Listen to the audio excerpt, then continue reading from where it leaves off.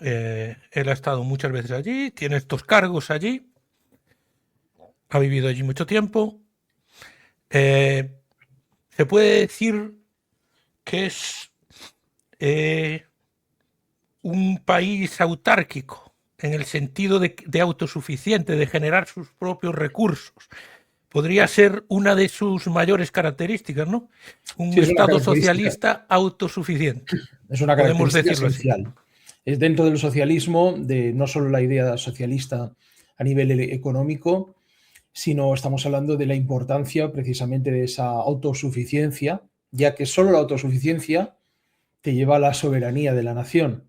Solo cuando tú produces realmente lo que necesitas, lógicamente por motivos geográficos, porque las cosas son como son, no todos los países tienen todos los recursos, especialmente países con pequeñas extensiones de tierra, pero es muy importante depender lo mínimo del exterior, porque cuanto más dependes del exterior, más problemas tendrás en el futuro y más podrás ser manipulado o forzado, como en los casos, por ejemplo, que ahora mismo estamos viendo en Cuba, ¿no? Con su dependencia en el tema petrolífero y en muchos otros, como el turismo, que depende del exterior y que pueden ser manipulados por el imperialismo para forzar un cambio de sistema o simplemente para controlar, dominar o explotar las riquezas de tu propio país.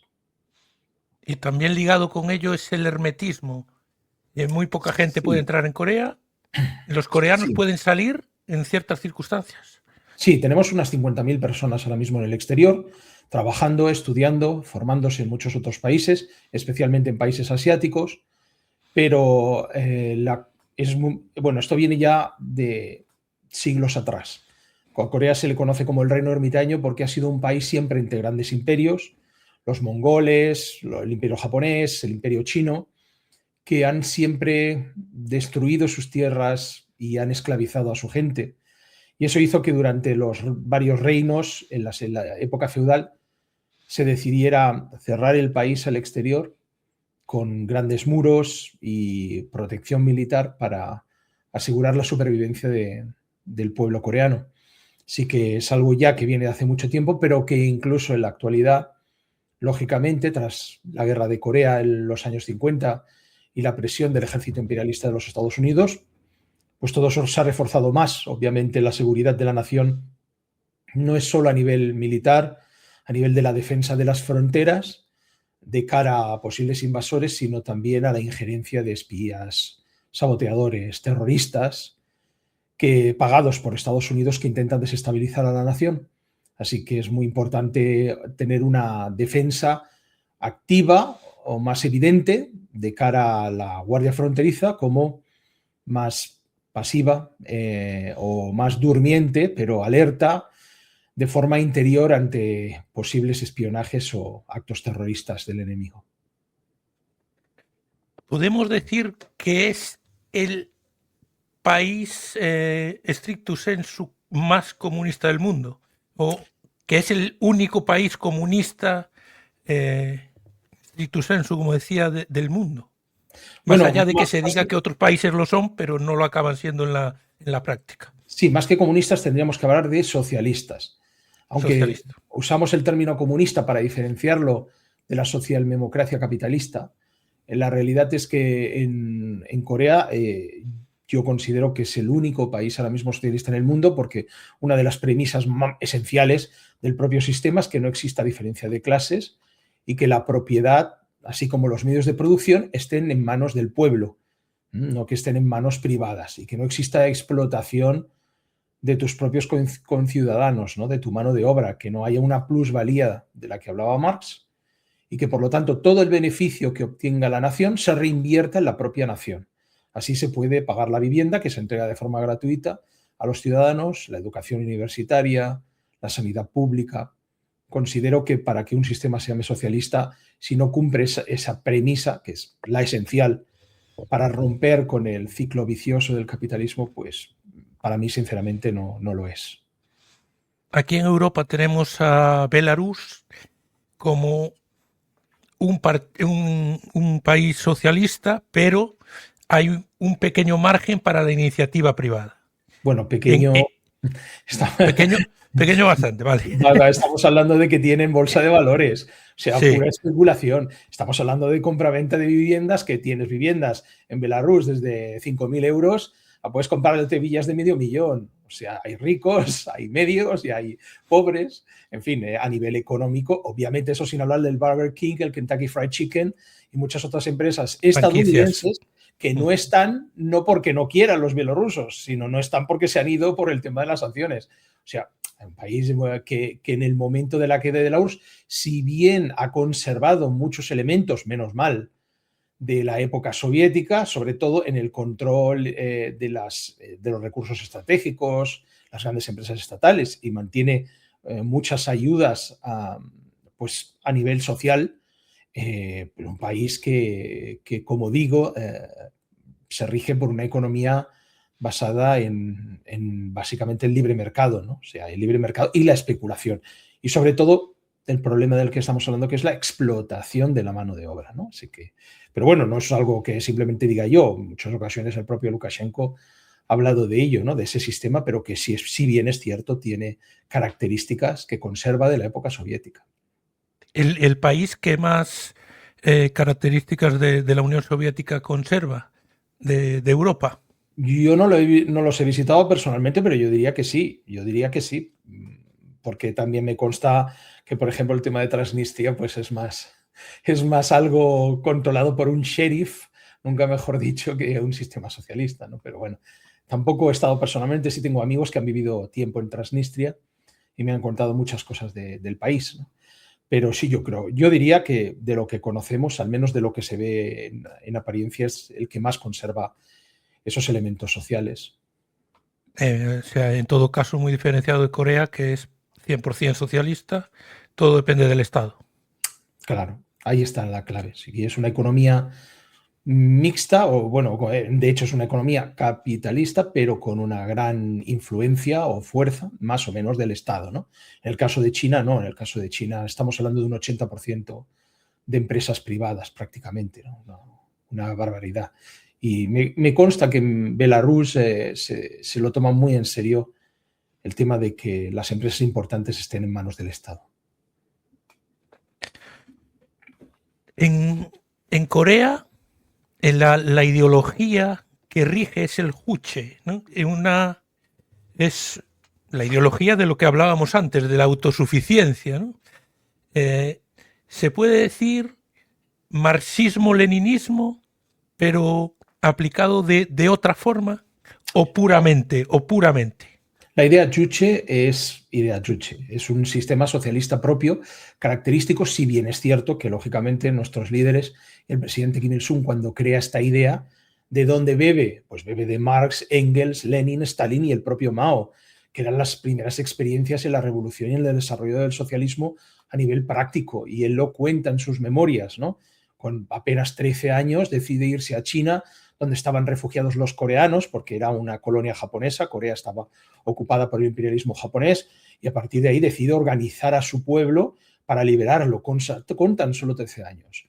Donde en una China en la que existe el maoísmo, con unos libros que están en chino, porque Corea prácticamente no tiene capacidad para producir, para tener sus imprentas, y otros que venían de la Unión Soviética.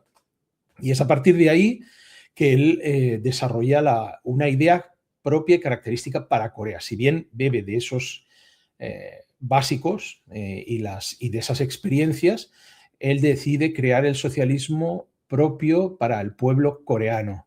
Porque también, tal y como decía, hablaba Stalin del socialismo en un solo país, hay dos ramas, ¿no?, en las que hay personas que creen que el socialismo puede ser aplicado, un mismo ideario socialista, a todas las naciones del mundo, o puede haber una revolución a nivel mundial, que eso está más cercano al trotskismo. Incluso el propio Che Guevara, que en su teoría foquista, él cree que es posible levantar esos focos de revolución en otras culturas, pero la historia ha demostrado que no es así.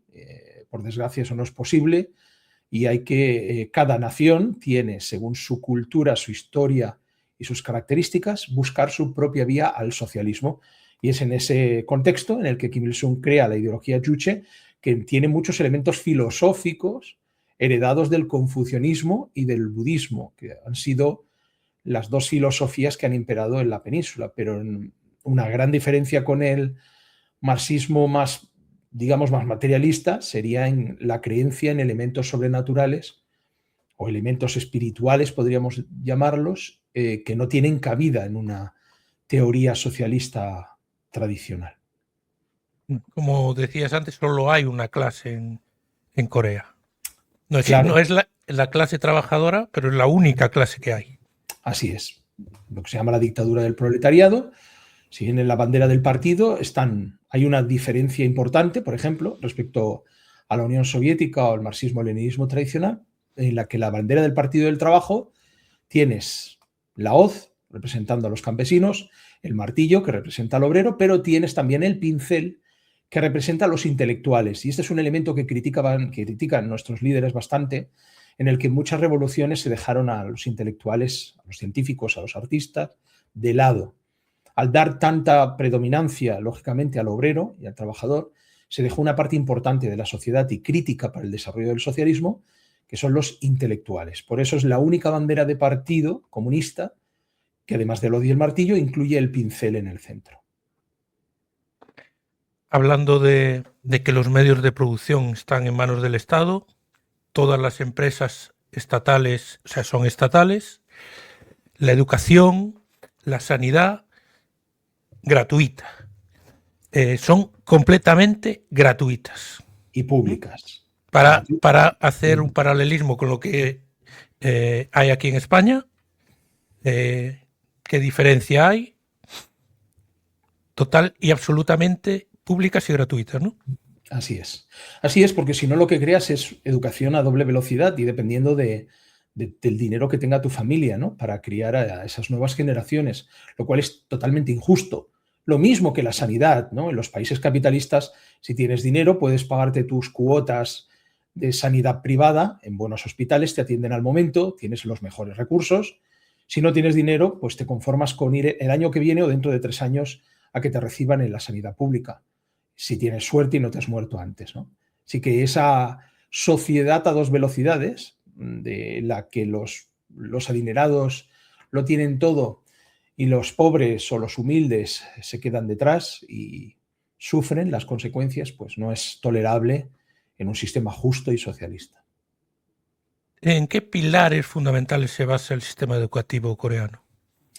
Se basa en elementos muy prácticos respecto a también lo que es la vida diaria, pero sobre todo en el ideario socialista de que todos somos una familia, los estudiantes se deben ayudar los unos a los otros como familiares, no promocionando el individualismo especialmente, o el bullying que tanto sucede, ¿no? en el extranjero, pero sobre todo pues pensando en que uno debe formarse lo mejor posible para, según su actitud y aptitud, poder servir a la revolución y al conjunto de la sociedad. La gran diferencia con un sistema educativo occidental sería en que se elimina la parte individualista y de competición, que es cómo te educan en Occidente, a pensar solo por ti y en tus intereses y en esa lucha continua que vivimos por sobrevivir en el capital, para convertirte en una pieza más de un gran sistema, de un gran engranaje, de una familia de 25 millones, para de esa forma aunar fuerzas y avanzar juntos, ¿no? Porque tu éxito es el éxito de todos. En el capitalismo normalmente el éxito de uno es la envidia del resto. Esa es la gran diferencia en Corea. Se te enseña a admirar a aquellos que han colaborado más o han puesto más esfuerzo por el bienestar común, no por el individual. Escuchaba un podcast el otro día, lo del crítico y autocrítico, ¿no? De los trabajadores o de los estudiantes, ¿no? Correcto. Todos los En sábados un normalmente. sistema. Los sábados por la mañana se dedica un tiempo en todos los departamentos, en todas las universidades, a tener unos minutos de crítica y autocrítica en la que uno critica los problemas que ha encontrado en su trabajo, en su universidad o que el Estado no está haciendo correctamente, y a la vez se critica a sí mismo por los errores que ha cometido. Así que de esa forma uno aprende también a no ser o a no creerse indestructible o el mejor, y a la vez colabora para que los problemas que haya observado sean conocidos y se subsanen. Y un problema que estamos teniendo en España, toda la Unión Europea, como es el de acceso a la vivienda para la juventud, muy difícil poder adquirir una vivienda con los sueldos que se cobran. Lo has dicho antes, ¿no? Es completamente gratuita. Sí, ¿Cada ciudadano coreano tiene derecho a una vivienda? correcto. No existe ni una sola persona viviendo en la calle sin un techo. En la vivienda no existen los alquileres ni las hipotecas. Entonces, cuando uno alcanza alrededor de los 21 o 22 años de edad, hace la solicitud, realiza la solicitud. Normalmente la gente a los 22, 23 puede ser una edad típica de matrimonio para crear una familia, y hace la solicitud en la oficina correspondiente para que le entreguen una vivienda. Si tiene que después que desplazarse, deja la vivienda en el lugar donde se encuentra para otro ciudadano y le entregan una vivienda en el lugar de destino. Pero tanto la tierra como la vivienda es gratuita y el Estado te da lo que es básicamente el usufructo de ese lugar donde tú puedes permanecer todo el tiempo que necesites por tu trabajo, por tus estudios, tu familia, pero no puedes especular con ella. Esa es una gran diferencia con otros países, ¿no? Por ejemplo, también Cuba es lo mismo. En Cuba hay especulación total con la vivienda, ¿no? Y los alquileres, por ejemplo, a los turistas. ¿Esto qué genera? Pues genera que haya propietarios de viviendas que especulan con ellas, que se benefician del mercado inmobiliario en este caso, mientras otros pues incluso duermen en la calle, ¿no? O en condiciones terribles. Eso es inaceptable en un sistema socialista.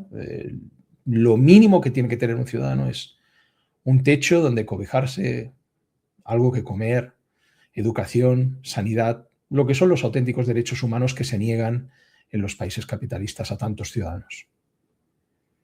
¿Y el agua, la luz, todo eso va incluido en Sí, la vivienda? hay un El tramo de Estado se consumo. encarga.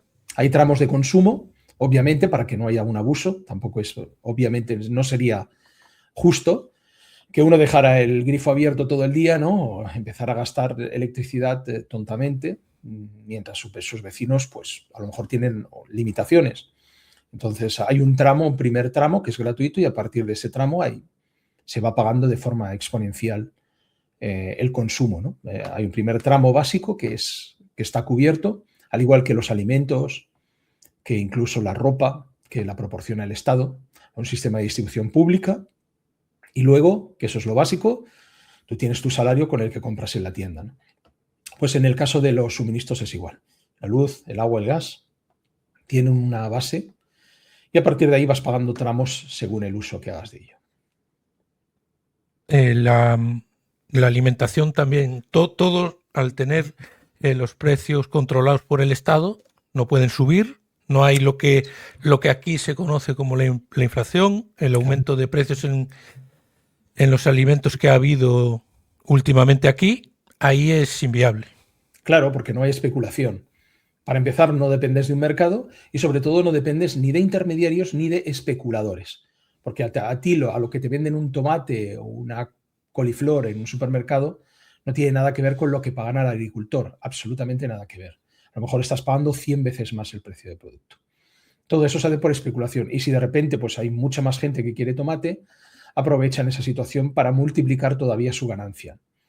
Eso no se produce en un sistema socialista. El Estado fija los precios y de hecho lo que busca no es solo beneficiarse de las compras que hace un ciudadano, sino de que se bajen los precios dependiendo de la producción. O sea, si el Estado tiene suficiente dinero, sponsoriza los precios de ese producto para que todavía cuesten menos. Así que no solo no existe la ganancia, sino que el Estado paga todo lo que puede de los costes de producción para que los productos alcancen a todos los ciudadanos. Eso, lógicamente, a nivel nacional. Claro, cuando se trata de productos importados o productos de lujo, es una cuestión diferente, ¿no? Chocolate importado, café importado de Colombia, hay que pagarlo en divisa y es bastante caro en comparación, ¿no? Por los costes que lleva y porque la economía de la República, el won norcoreano no es convertible por el tema de sanciones. Entonces, exceptuando productos de lujo o adquiridos a otros países extranjeros, toda la producción nacional se vende incluso a un coste inferior al precio de producción de ese elemento. En todo caso, va a cargo del salario del trabajador. Hay una parte que no, o sea, hay una parte que es gratuita, que es lo que se llama sistema de distribución pública. Eso se entrega a todos los ciudadanos por igual. Y decías tú antes con la ropa también. La ropa también. Incluida ropa de sastre. O sea, tú puedes ir al sastre un mínimo de 2 veces al año para que te hagan traje y eso lo cubre el Estado. Ahora, tú quieres 10 trajes más porque los usas muy a menudo, por lo que sea. Entonces ya el resto de trajes te vas al sastre de tu distrito, sastre estatal, obviamente, y lo que haces es pagarlo con tu salario. No existe el desempleo en Corea del Norte. Eso es otra de las características. 0% de desempleo. 0% de desempleo, 0% de prostitución, 0% de droga, exceptuando, por desgracia, las mal llamadas drogas sociales, que son el tabaco y el alcohol.